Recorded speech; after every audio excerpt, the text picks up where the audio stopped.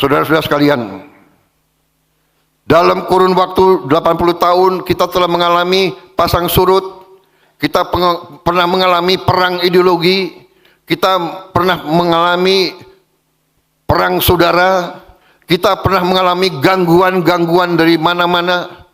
Tapi alhamdulillah kita sekarang utuh, kita sekarang kuat, kita sekarang masih berdiri di atas kaki kita sendiri. Kita mengerti banyak kekurangan.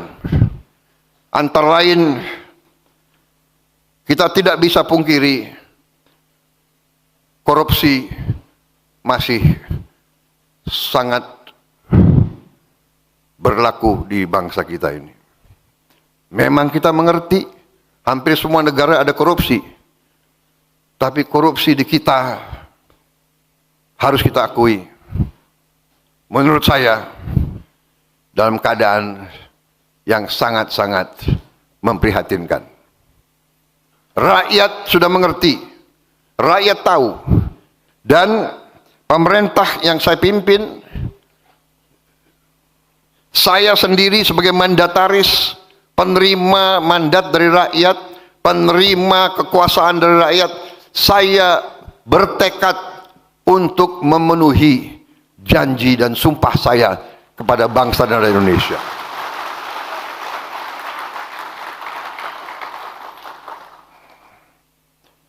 Sewaktu saya ambil alih pemerintahan, saya semakin kaget. Saya tidak menduga parahnya korupsi tersebut. Tapi saya bertekad, saya harus tegakkan pemerintah yang bersih.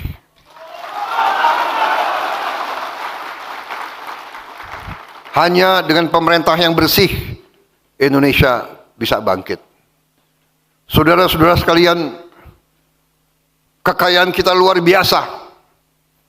Tapi kita harus akui kelemahan dari elit kita.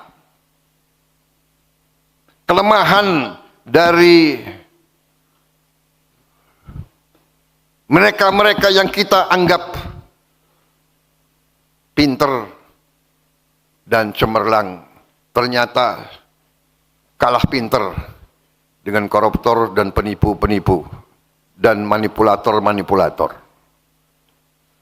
Saudara-saudara sekalian, saya ambil kesimpulan dan akan saya panggil Jaksa Agung, semua penegak hukum.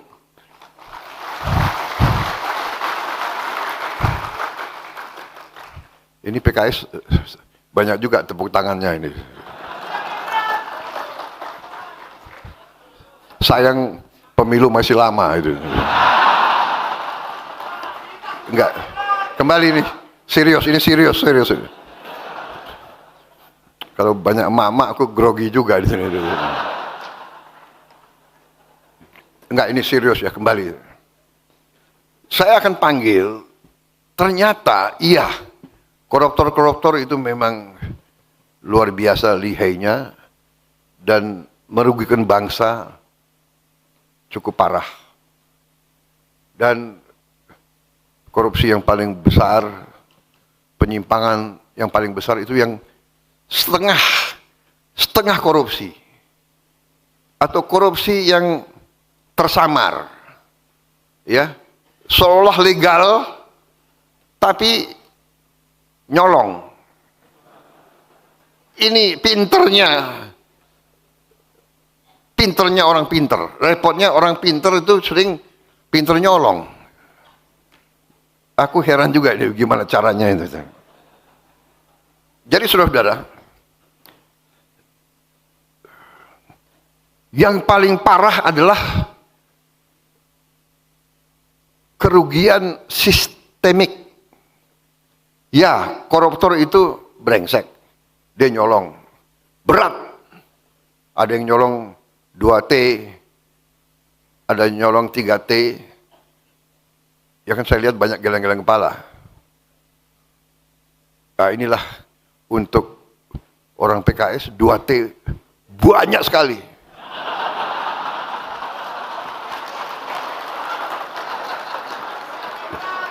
Benar ya? Begitu aku omong 2T, ada yang geleng-geleng kepala 2T.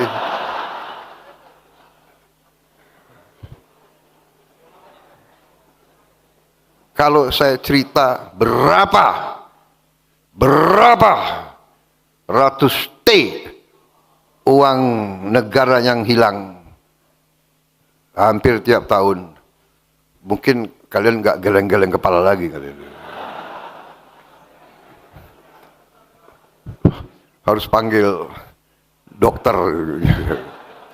Serius. Ini saya karena banyak wartawan, saya harus hati-hati bicara.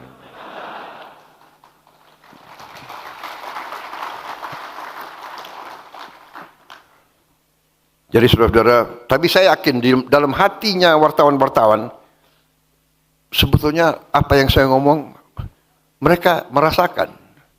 Karena wartawan pun penghasilannya sedikit. Benar. Yang mungkin duitnya banyak, ya bos-bos kalian. Tapi wartawan ya gajinya, ya kan? Jadi saudara-saudara, ini adalah yang saya lihat, ya, yang kita harus beresin nanti semua ini adalah suatu, menurut saya, perampokan sistemik. Sistem yang dibuat dan kelengahan elit kita selama ini sehingga kekayaan kita terkeruk. Sebagai contoh,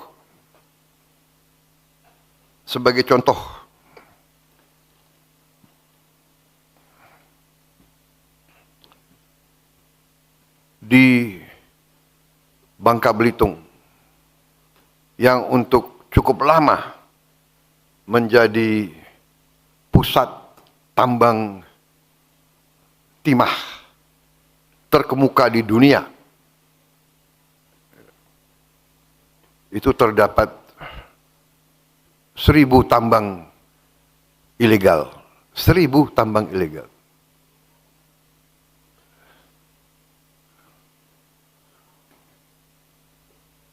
Mulai tanggal 1 September kemarin, saya perintahkan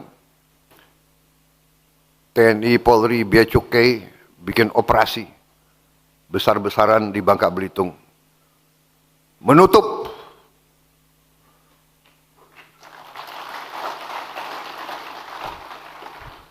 yang selama ini hampir 80% hasil timah tiap tahun diselundupkan tiap tahun.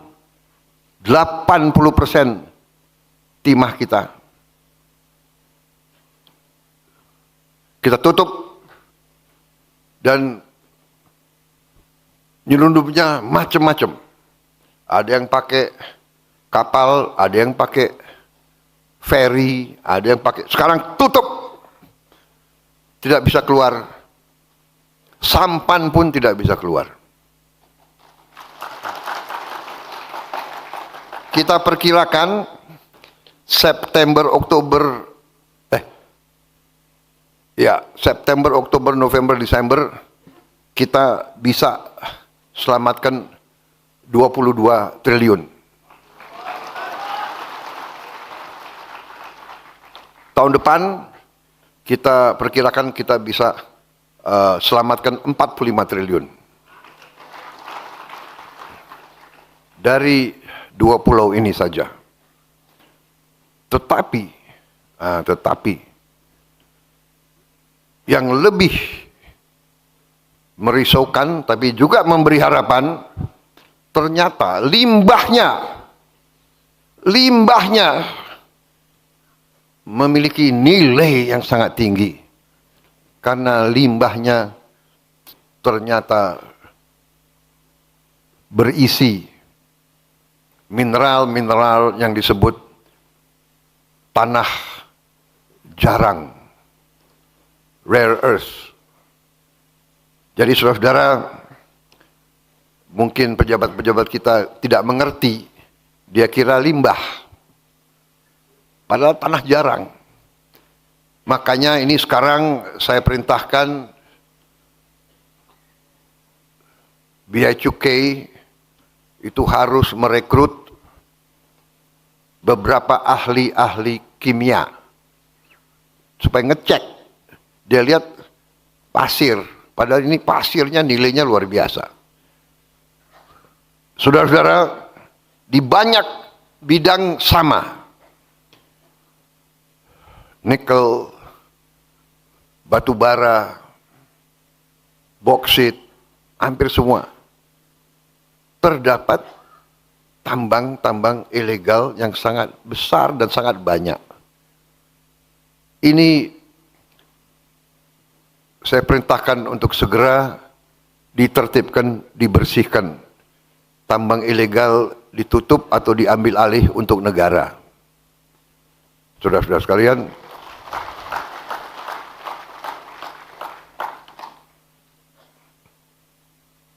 dan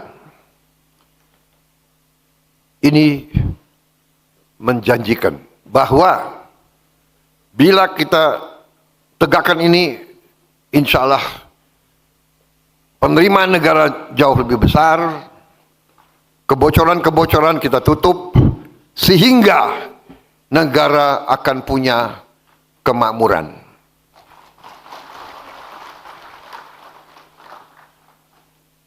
Saudara-saudara sekalian, masalah ini ternyata menyinggung kekuatan-kekuatan besar yang selama ini menikmati penyimpangan sistemik ini. Menikmati penyimpangan sistemik ini. Dan mungkin mereka terusik, mungkin mereka sedang menyusun perlawanan, dan kita terus investigasi kerusuhan-kerusuhan beberapa saat yang lalu, yang kita melihat indikasi ada keterlibatan kekuatan-kekuatan tertentu untuk bikin gaduh, untuk menghentikan pembangunan dan kebangkitan ekonomi Indonesia. Karena mereka tidak ingin Indonesia makmur. Mereka tidak ingin rakyat Indonesia hidup sejahtera. Mereka ingin meneruskan paradoks yang kita alami sekarang. Kekayaan begitu besar hanya dinikmati oleh segelintir orang saja. Ini yang akan saya lawan, ini akan saya lawan. Dan saya berharap saudara-saudara sekalian, semua partai politik termasuk PKS bersama saya, mari kita lawan ini.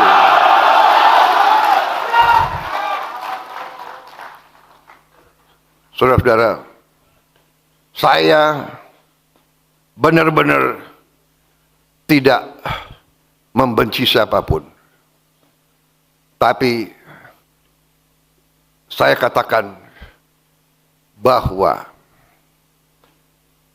perintah Undang-Undang Dasar, perintah pendiri-pendiri bangsa kita adalah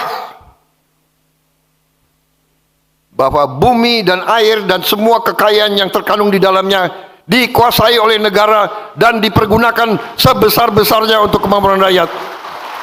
Itu adalah perintah Undang-Undang Dasar kita.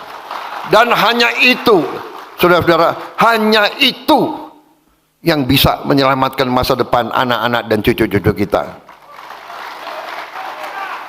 Saudara-saudara sekalian, saya menjelang 1 tahun menerima mandat, saya sekarang berdiri dengan penuh kepercayaan diri dan keyakinan. Karena dalam 11 bulan kita telah membuktikan dengan itikad yang baik, dengan tujuan yang baik, dengan hati yang ikhlas, dengan cinta tanah air dan cinta rakyat, kita bisa berbuat banyak. Kita telah menyelamatkan minimal 300 triliun rupiah. 300 triliun rupiah inilah yang kita pakai untuk makan bergizi gratis. Saudara-saudara sekalian, sampai hari ini sudah menjelang 30 juta penerima manfaat. 30 juta anak dan ibu-ibu hamil tiap hari menerima makanan. Bahwa ada kekurangan, iya. Ada keracunan makan, iya. Kita hitung dari semua makanan yang keluar, penyimpangan atau kekurangan atau kesalahan itu adalah 0,00017%. Ini tidak membuat bahwa kita puas dengan itu. Tapi namanya usaha manusia yang demikian besar, yang belum pernah dilaksanakan, saya kira, dalam sejarah dunia. Berhasil memerlukan 11 tahun untuk mencapai 40 juta penerimaan manfaat. Presiden yang cerita sama saya, mereka butuh 11 tahun. Kita 11 bulan sudah 30 juta.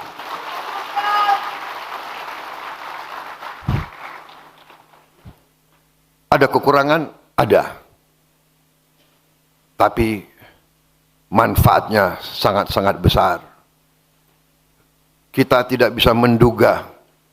Kita mungkin PKS yang di daerah-daerah merasakan pasti.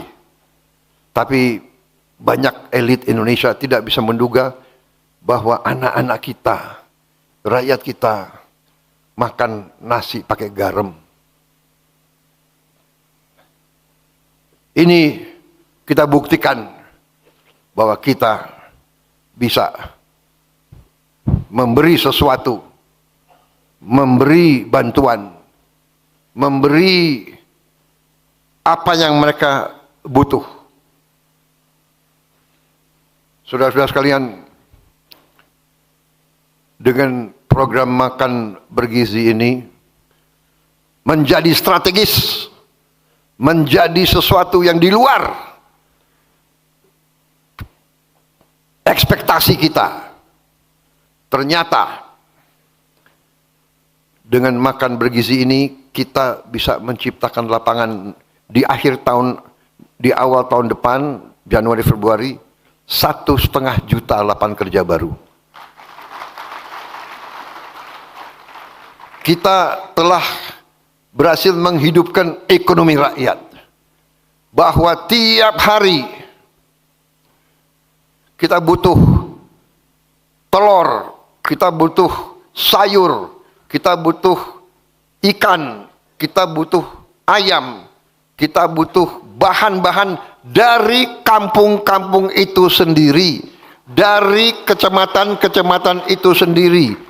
Di puncaknya nanti tahun depan, kita akan gelontorkan mendekati 300 triliun untuk makan bergizi. 300 triliun, persisnya berapa Menseknek? 335 triliun.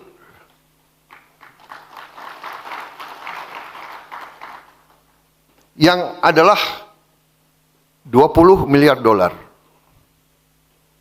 20 miliar dolar kita kirim ke desa-desa.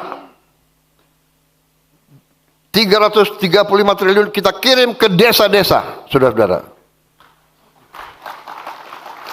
Yang selama berapa puluh tahun uang dari daerah mengalir ke Jakarta, dan di Jakarta sering mengalir ke luar negeri, menetap di luar negeri dan tidak tinggal di Indonesia. Kita balik sekarang uang masuk ke desa-desa.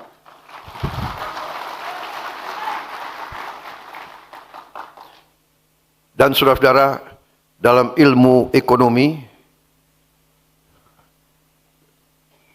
ada yang disebut the philosophy of money. Kalau 1 rupiah beredar di suatu tempat, rupiah itu bisa menimbulkan 2, 3, 4 rupiah baru yang beredar.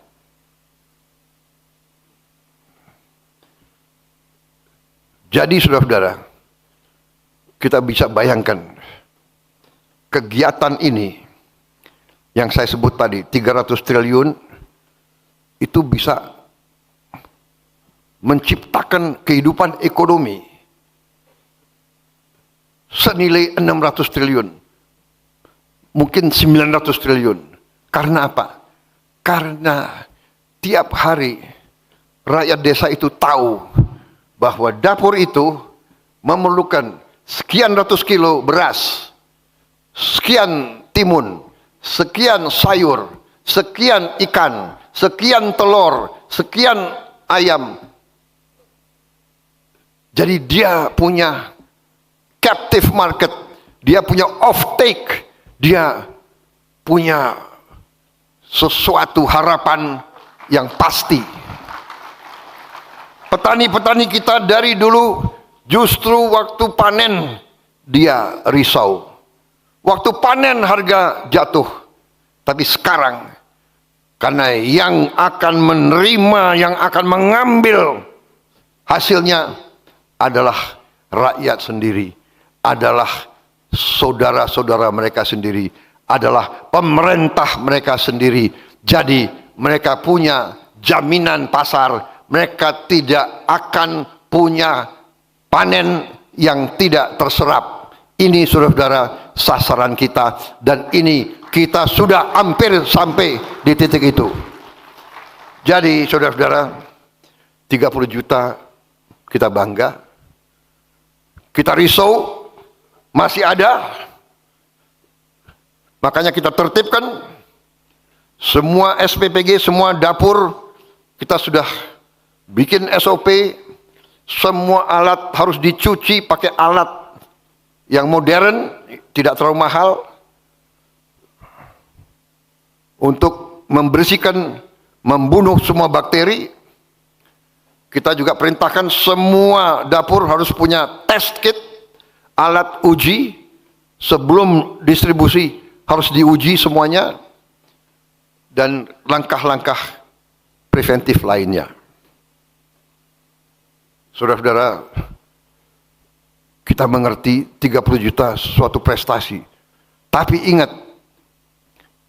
sasaran kita masih jauh. Sasaran kita adalah 82 juta penerima manfaat. 30 juta kita boleh bangga, tapi saya sebagai presiden masih sangat sedih karena masih 50 juta anak-anak dan ibu hamil yang menunggu. Tapi kita tidak bisa paksakan untuk lebih cepat. Sekarang saja bisa terjadi penyimpangan. Bayangkan kalau kita paksakan dengan secepat-cepatnya, mungkin penyimpangan dan kekurangan bisa lebih dari itu. 30 juta prestasi, dan saya yakin ini akan meningkat. Ya, tidak linier tapi akan meningkat. Tetapi ya inilah, sebagai seorang pemimpin, sebagai seorang bapak, saya bangga dengan 30 juta, tapi saya masih ingat 52 juta anak-anak kita masih berharap, masih menunggu dengan ibu-ibu hamil. Tapi saudara-saudara, rawi-rawi rantas, malang-malang putung, kita tidak takut dengan kesulitan, kita tidak takut dengan tantangan, kita tidak boleh gentar dengan masalah. Kita selesaikan, kita hadapi, kita atasi, kita kerja keras, untuk rakyat yang kita cintai, saudara-saudara. Saudara-saudara sekalian,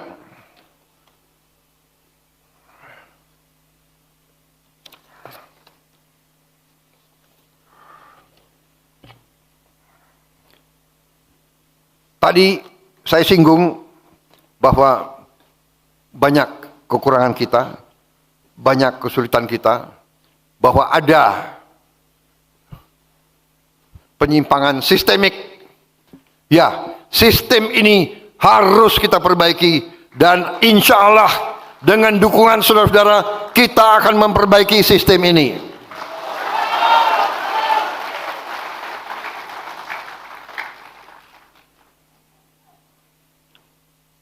Tidak ada pilihan lain untuk menyelamatkan yang sekian ratus juta rakyat.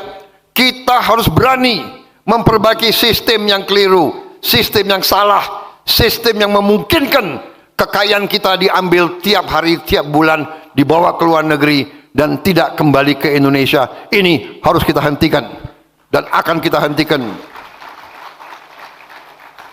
Saya mohon doa saudara-saudara, saya mohon dukungan saudara-saudara supaya Presiden Prabowo Subianto lebih berani lagi, saudara-saudara.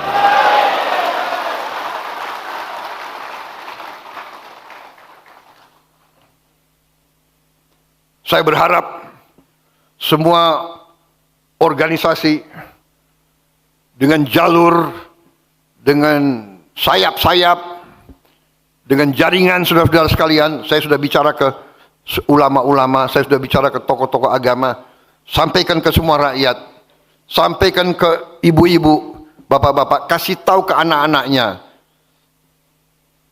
jangan mau diadu domba. Jangan mau dihasut.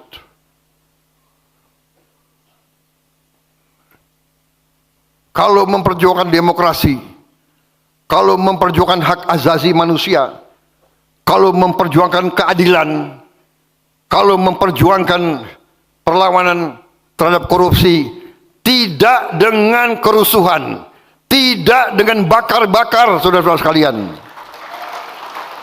Apalagi yang dibakar dibangun dengan uang rakyat. Katanya memperjuangkan demokrasi, lembaga demokrasi, gedung DPR, DPRD dan sebagainya dibakar, membuat kerusuhan, membuat bom molotov. Ini adalah kejahatan. Ini bukan aktivis, bukan pejuang demokrasi, bukan pejuang keadilan. Mereka hatinya jahat. They are evil. Mereka zolim. Mereka ingin membuat kekacauan. Mereka ingin mengadu domba. Mereka ingin menghentikan kebangkitan bangsa Indonesia. Selalu diberikan pesimisme. Selalu diberikan gambar yang menurunkan harapan. Saudara-saudara, saya juga bisa. Saya punya data itu semua. Tapi saya harus menyaring. Dan saya harus melihat. Dan saya melihat bahwa tadi baru berapa bulan, tapi dengan itikat baik, dengan niat untuk melakukan pemerintahan yang bersih, kita buktikan kita bisa menyelamatkan 300 triliun, mungkin lebih.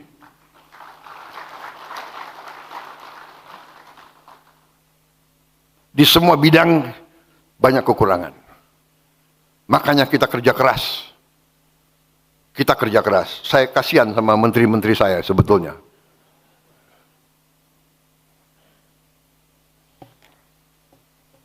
Malam minggu ratas, hari minggu ratas. Karena saya katakan kepada mereka, saya kutip apa yang disebut oleh Bung Karno pernah, the hungry stomach cannot wait. Perut yang lapar tidak bisa menunggu. anak-anak yang berharap tidak boleh menunggu lama-lama lagi.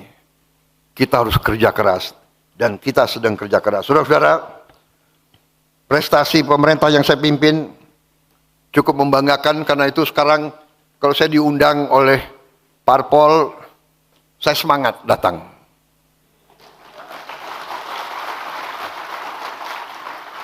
Karena saya bisa cerita, ya kan? Dan karena saudara juga bagian dari koalisi saya, ya kalian ikut bangga juga dong.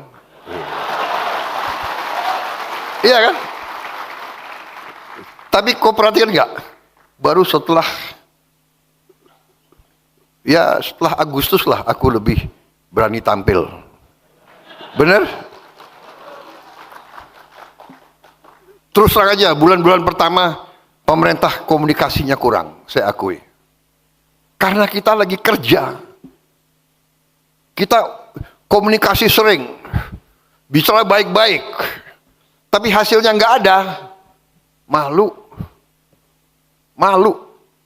sama rakyat, kasihan sama rakyat. Saya kalau keliling daerah, anak-anak keluar dari rumah, mereka teriak, Pak, makan bergizi, Pak. Oh ya, sudah terima? Belum, Pak, belum terima. Bayangkan itu, gimana itu? Aduh, sabar ya. Habis itu langsung kepala BGN saya telepon. Kepala BGN sudah botak kepalanya itu.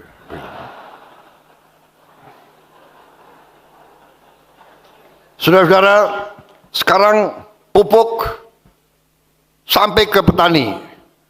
Tadinya ada 145 peraturan.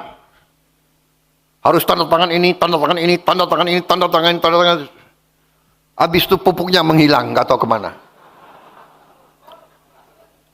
Ya, saya pernah diberitahu waktu saya hapus semua itu, saya perintahkan dari pabrik pupuk milik negara, pupuk disubsidi oleh negara, uang rakyat, maka pupuk itu harus langsung ke petani. Jangan terlalu banyak perantara. Habis itu ada yang sampaikan ke saya, Pak, nanti Bapak kehilangan loh, kehilangan dukungan. Kenapa? Pak, ada 27.000 distributor. Sekarang mereka kehilangan, Pak. 27.000 distributor. Saya bilang, berapa petani yang ada di Indonesia? 30 juta kakak dengan suami istri, 100 juta. Menang mana? 27.000 atau 100 juta?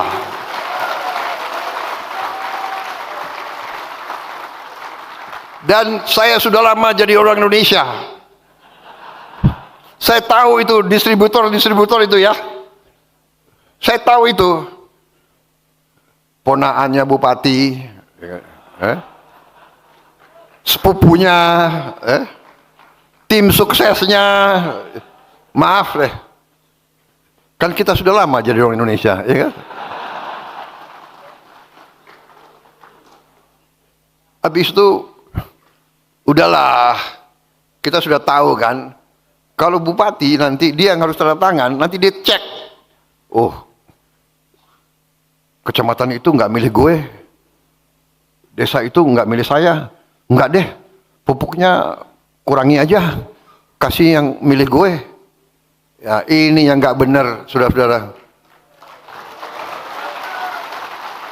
Dan waktu saya perintahkan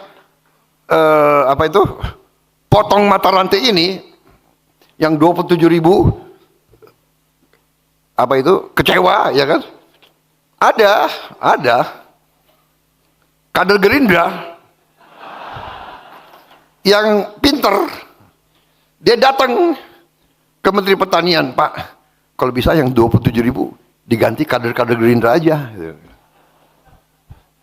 Ada wartawan sih. Pokoknya saya bilang, nggak ada itu. Tidak ada yang gantikan. Dari Papuk sampai gitu, nggak ada. Itu hak, mau petaninya milih PKS, milih Demokrat, mau nggak ada urusan. Politik adalah politik, hak adalah hak. Politik politik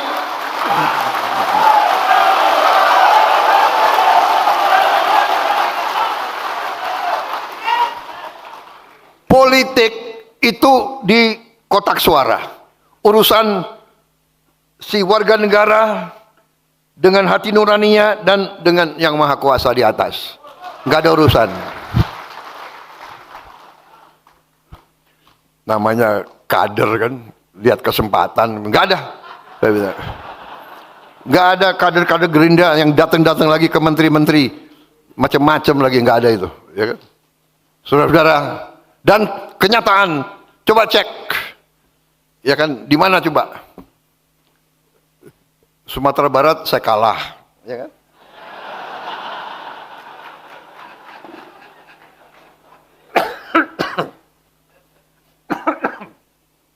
Terlalu semangat nih.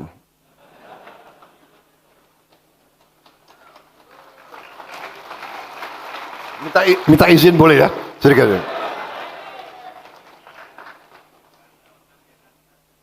Panitia saya dibatasi sampai jam berapa nih?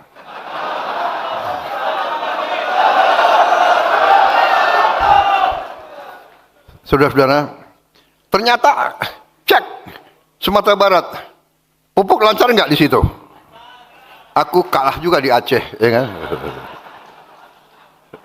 Coba cek, ya kan? Pupuk lancar nggak? Coba cek bupati-bupati PKS, ya kan? Nggak ada. Kita harus dewasa, kita harus jadi bangsa yang dewasa. Kita ingin menang, tapi kita juga harus siap kalah. Kalau mau belajar kalah, belajar dari Prabowo Subianto.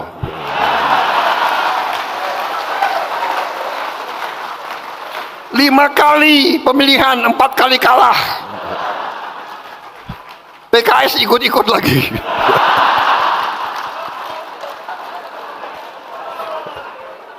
Dua kali dukung gue, 2 kali kalah. Yang gue menang, lu nggak dukung lagi.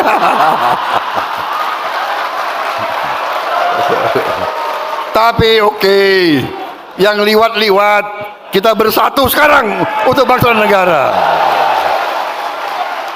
Saudara-saudara, ya politik seperti itu, politik juga harus rame, ya kan? Nggak ada masalah.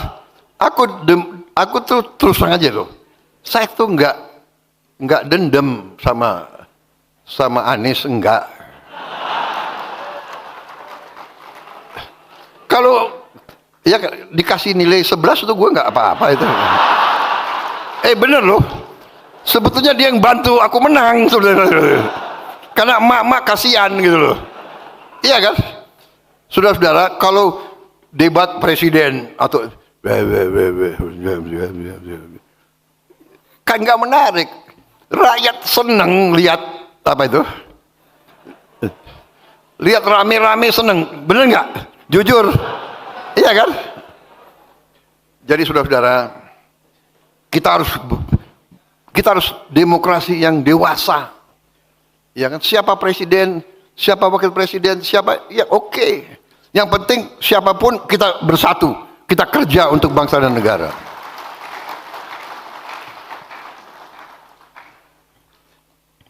Kita akan membentuk koperasi desa dan kelurahan di 80.000 desa. Saudara-saudara sekalian, ini akan terwujud dan rakyat akan nanti punya kekuatan ekonomi. Karena kita anggap semua penduduk desa itu otomatis jadi anggota koperasi desa merah putih tersebut. Otomatis. Jadi dia akan dapat barang-barang dengan harga yang semurah-murah yang kita bisa capai. Kita percepat mata rantai distribusi. Semua produksi mereka kita bisa serap. kita akan bikin supermarket milik koperasi di setiap kabupaten. Kita akan bikin hypermarket di tiap provinsi dan hypermarket di pusat Indonesia. Jadi semua produk dari petani kita, nelayan kita, UMKM kita, kita beri tempat, beli pasar yang baik, yang bagus. Saudara-saudara sekalian, kita sudah hitung bahwa hitungan kita akan meringankan beban hidup rakyat kita dengan signifikan. Beras akan murah, minyak goreng akan murah, LPG bersubsidi akan sampai, pupuk bersubsidi harus sesuai harga jual, dan nanti kita akan bikin tenaga surya di tiap desa, sehingga nanti tiap desa kita akan mandiri. Saudara-saudara, perumahan rakyat hari ini, berapa jam lagi saya akan resmikan pembagian rumah 25.000 rumah hari ini. Kita sudah tingkatkan kuota, fasilitas, likuiditas, pembiayaan perumahan ke 350.000 penerima. Saudara-saudara sekalian, kita akan membangun ratusan ribu rumah. Memang ini tidak bisa seketika, tapi dalam minggu-minggu akan datang, bulan-bulan akan mendatang, kita akan perlihatkan, membuktikan kepada rakyat real. Kita serius. Tanah-tanah negara yang belum dimanfaatkan secara maksimal, kita peruntukkan untuk perumahan rakyat tercapai. Tidak semata-mata selalu untuk perumahan mewah. Justru perumahan untuk rakyat yang paling bawah kita harus siapkan dan akan kita siapkan. Saudara-saudara, pembangunan 100 desa nelayan sudah berjalan, dan kita akan tambah minimal 1.000 desa nelayan. Harapan kita tahun depan akhir bisa sampai 2.000 desa nelayan. Satu desa nelayan terdiri dari 2.000 nelayan. Kalau 2.000 desa nelayan berarti 4 juta nelayan. Dengan istri dan anak 2 itu berarti 16 juta. 16 juta saudara-saudara kita, penghasilannya akan meningkat. Yang tadinya tidak punya pabrik es akan punya pabrik es. Yang tadinya tidak punya dermaga akan punya dermaga. Yang tadinya tidak punya gudang cold storage akan punya gudang cold storage. Saudara-saudara, kita sudah uji coba 1 desa nelayan di Papua, di Biak. Ternyata penghasilan nelayan itu naik minimal 60%. Ada yang naiknya 100%. Kita akan bangun 20.000 hektar tambak di Pantura, Jawa Barat sebagai awal. Ini akan membuka 130.000 lapangan kerja. Saudara-saudara sekalian, kita juga sudah merintis cetak sawah baru 480.000 hektar.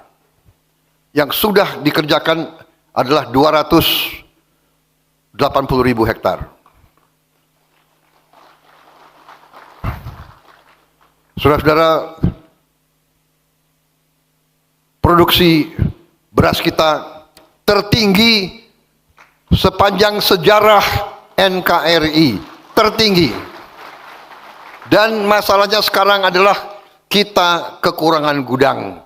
Karena itu saya sudah mengalokasikan 100 gudang baru untuk Bulog, akan bangun 100 gudang baru masing-masing di tanah sekitar 5 hektar gudang tersebut, gudang modern yang bisa, dan itu mereka hanya butuh 5 triliun, 5T.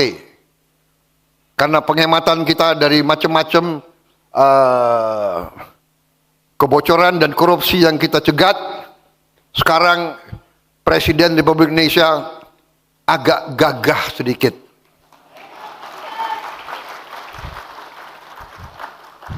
Kalau untuk kepentingan rakyat, setuju, turunkan uang segera, saudara-saudara sekalian. Kalau untuk hura-hura, kita kurangi. Maaf, kita kurangi kunjungan-kunjungan kerja anggota-anggota DPR,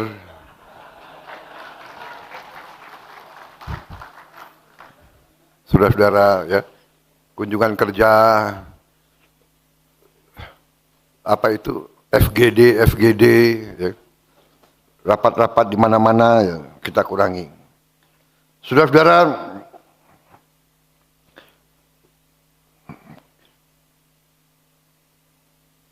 kita juga akan modernisasi 1.500 kapal nelayan. Ini akan menghasilkan 600.000 lapangan kerja baru. Gaji guru sudah kita tingkatkan dan kita sudah memberi tunjangan layak bagi guru-guru non-ASN. Dan sekarang tunjangan guru ditransfer langsung ke rekening penerima. Enggak liwat ini, karena kita sudah lama jadi orang Indonesia. Tiap liwat potong sedikit, tiap liwat potong sedikit, ya sudahlah, ya kan? Sudah lama jadi orang Indonesia. Saudara-saudara, kita akan bangun 20 sekolah unggul Garuda, 80 sekolah unggul Garuda transformasi, dan total 6 SMA Taruna Nusantara di daerah-daerah. Dan rencana saya akan membangun 20 politeknik di daerah-daerah yang ketinggalan, yang terbelakang. 20 politeknik. Rakyat, sekolah rakyat sudah kita bangun 165 titik, dan kita menuju ke 500 sekolah rakyat. Tapi saya sedang merencanakan dan saya sedang melihat keuangan, saya ingin membuat sekolah unggulan terpadu di setiap kecamatan.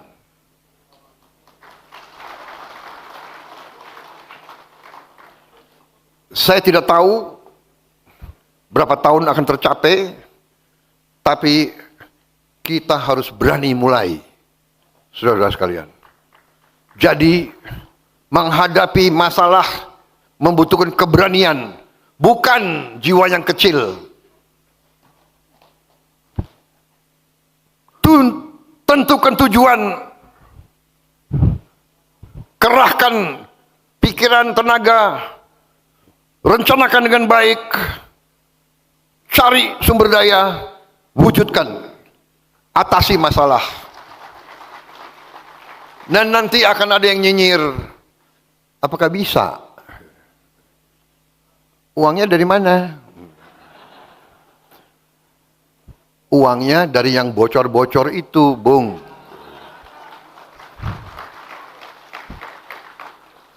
Saudara-saudara, tahun ini juga akan kita bagi 330.000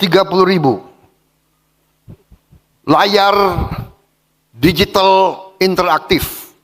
Satu layar tiap sekolah di seluruh Indonesia. Termasuk 330.000 termasuk pesantren. Iya. Insya Allah termasuk pesantren-pesantren.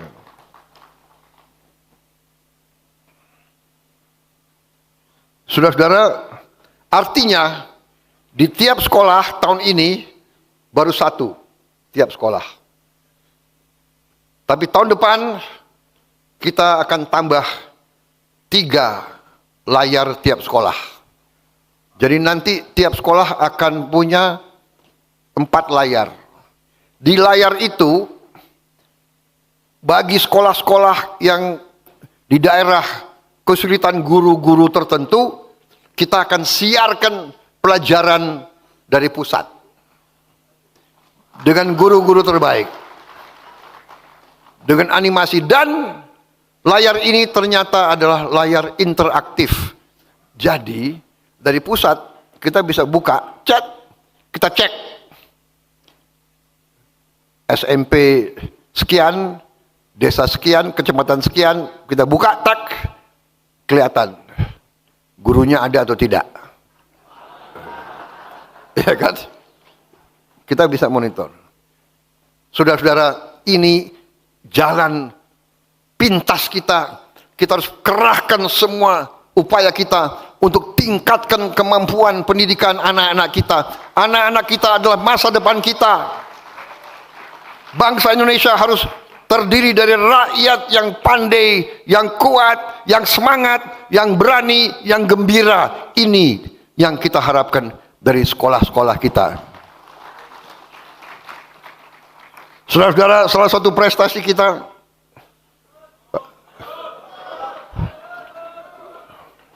sepuluh menit ya. Ini nanti ustadz ini udah, wah ini udah waktu. Hah? Waktu sholat ya. Tapi habis sholat saya siap kembali lagi kalau mau.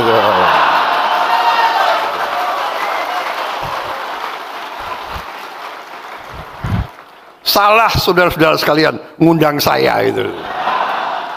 Prabowo Subianto jangan dikasih podium.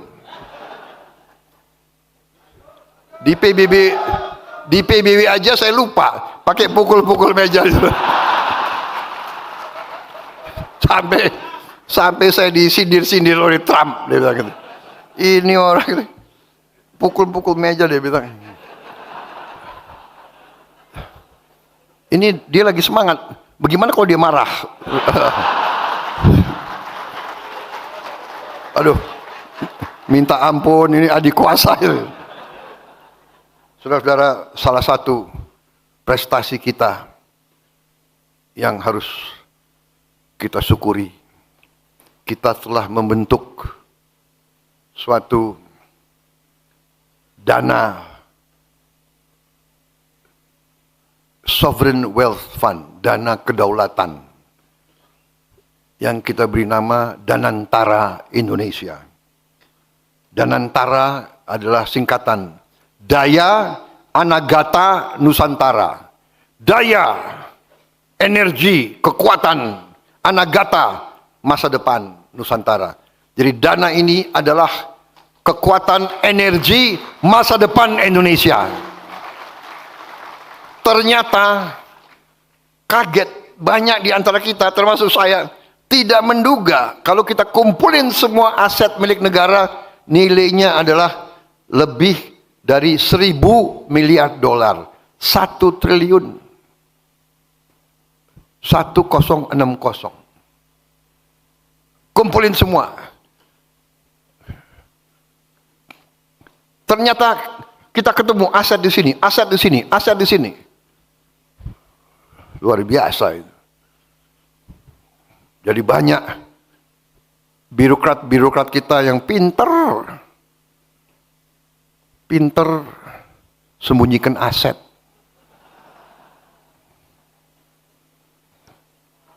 Seribu triliun. Tinggal manajemen. Saya perintahkan bersihkan itu BUMN.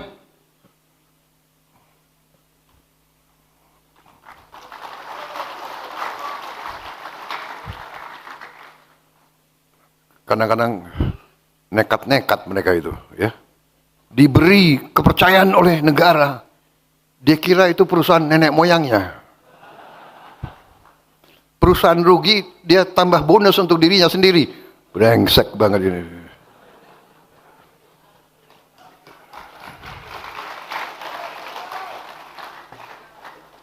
Saya mau kirim kejaksaan sama KPK untuk ngejar-ngejar itu semua. Bagaimana? Sudah perlu dikejar atau tidak?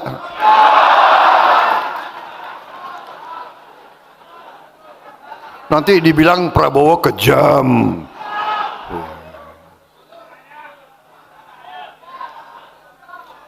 Saudara-saudara, kita kasih kesempatan mereka bersihkan itu BUMN. Saya berharap dari dalam 2-3 tahun, 4 tahun kita bisa bersihkan. Ya. Saudara-saudara, kalau dagang yang biasa, ya, itu harusnya hasilnya itu yang wajar itu 10% dari aset. Kalau aset kita 100, harusnya tiap tahun kita dapat hasil 10%. Iya kan? Jadi dari 1.000 miliar dolar harusnya negara kita dapat hasil 100 miliar dolar tiap tahun. 100 miliar dolar berapa itu? Menseknek. Menseknek ini ahli hitung. Berapa? 100 miliar dolar kali 16.000. 1.600 triliun. 1.600 triliun, saudara-saudara. Harusnya. Oke, karena kita orang Indonesia yang 10%. Ketawa ini PKS ini. Kalau dari 10% oke deh. 5%. 5% harusnya 50 miliar dolar kan? Berarti 800 triliun. Iya kan? Enggak defisit kita. Enggak juga 5%. Ya udah deh, enggak 5%, 3%. Enggak juga. Tapi kita kasih target mereka ini dalam 3 tahun kita tunggu. Kita tunggu hasil mereka. Insya Allah akan mencapai yang kita harapkan, saudara-saudara.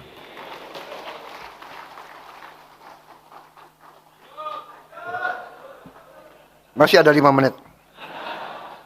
Saudara-saudara, saya percaya dan antara akan menciptakan jutaan lapangan kerja. Jutaan lapangan kerja. Cek kesehatan gratis pertama kali dalam sejarah Republik Indonesia, sekarang sudah sampai 36 juta warga negara, termasuk ibu hamil. Saudara-saudara, pemerintah sudah berhasil menguasai kembali 3,2 juta hektar kebun kelapa sawit yang bermasalah, yang melanggar aturan, yang tidak tertib, yang tidak memenuhi kewajiban-kewajibannya. Sudah dikasih tahu peringatan berkali-kali, bandel tidak mau, kita kuasai kembali. Tidak ada alasan, kita kembali sekarang milik negara. Dan ini akan membuka lapangan kerja minimal 1 juta lapangan kerja. Karena kita perintahkan kebun-kebun kelapa sawit itu harus nanti lahan-lahannya dibagi dalam bentuk inti rakyat. Jadi tiap rakyat yang perlu dan yang ingin, yang akan kita bagi 2 hektar masing-masing untuk dikelola. Jadi bukan korporasi besar kerjasama dengan rakyat kecil. Ini yang kita inginkan. Ini adalah ekonomi kekeluargaan yang kuat, narik yang lemah. Sama-sama kita meraih kemakmuran, saudara-saudara sekalian. Kita juga harus segera bangun tanggul laut Pantura Jawa. Untuk selamatkan pantai utara Jawa, segera akan kita mulai membangun tanggul sepanjang 535 km. Saudara-saudara, Ini akan selamatkan 50 juta rakyat kita. Dan juga begitu banyak kawasan industri di pantai utara. Dan ini mungkin membutuhkan waktu yang tidak sedikit. Perhitungan kita mungkin ini butuh 20 sampai 25 tahun. Tapi kita tidak boleh ragu-ragu. Minimal kita mulai sekarang. Nanti ada generasi-generasi yang akan selesaikan. Perjalanan 1000 km dimulai oleh satu langkah. Langkah itu harus kita lakukan dengan keberanian dan keputusan. Saudara-saudara sekalian, dalam APBN 2026 yang baru saja disetujui, dari alokasi tersebut 1.377 triliun akan langsung ke rakyat, tidak kemana-mana, langsung ke rakyat, yaitu teruskan program Keluarga Harapan, beasiswa, sembako, bantuan iuran BPJS, renovasi sekolah, cek kesehatan gratis, dan semua program kita. Ini berarti ekonomi kita akan bangkit. Saudara-saudara sekalian, demikian yang ingin saya sampaikan kepada saudara-saudara sekalian. Terima kasih dukungan Partai PKS. Mari kita bahu-membahu, rapatkan barisan, bekerja untuk rakyat. Saya minta saudara-saudara sampaikan kepada semua keluarga besar saudara, jaringan saudara, bahwa Indonesia punya masa depan yang cerah. Syaratnya kita harus pandai menjaga dan mengelola kekayaan kita. Saudara-saudara sekalian, untuk menyelamatkan kepentingan rakyat, saya tidak akan ragu-ragu menegakkan undang-undang dasar dan semua perundangan yang berlaku di Indonesia. Kalau ada yang menganggap pemerintah Indonesia ini bodoh, pemerintah Indonesia lemah, pemerintah Indonesia bisa dibeli, kalau ada yang menganggap itu terus, saya kira mereka akan terus kaget. Karena kita akan buktikan bahwa pemerintah Indonesia yang sekarang tidak gentar dan tidak ragu-ragu menegakkan kebenaran dan keadilan. Saudara-saudara, sekali lagi terima kasih PKS. Minta maaf saya tidak siapkan pantun.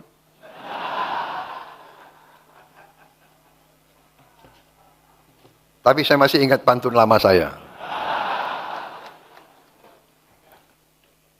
1, 2 cempaka biru, 3, 4 dalam jambangan. Biarlah saudara mendapat kawan baru, kawan lama dilupa jangan.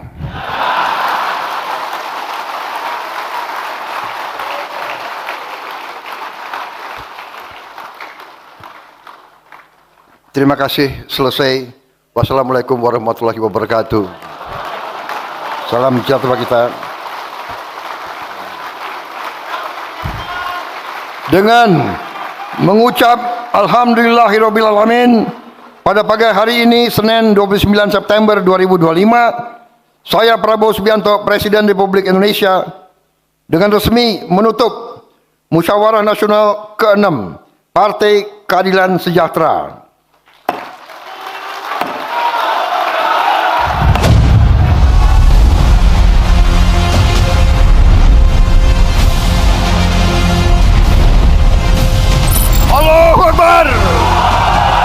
Merdeka! Terima kasih.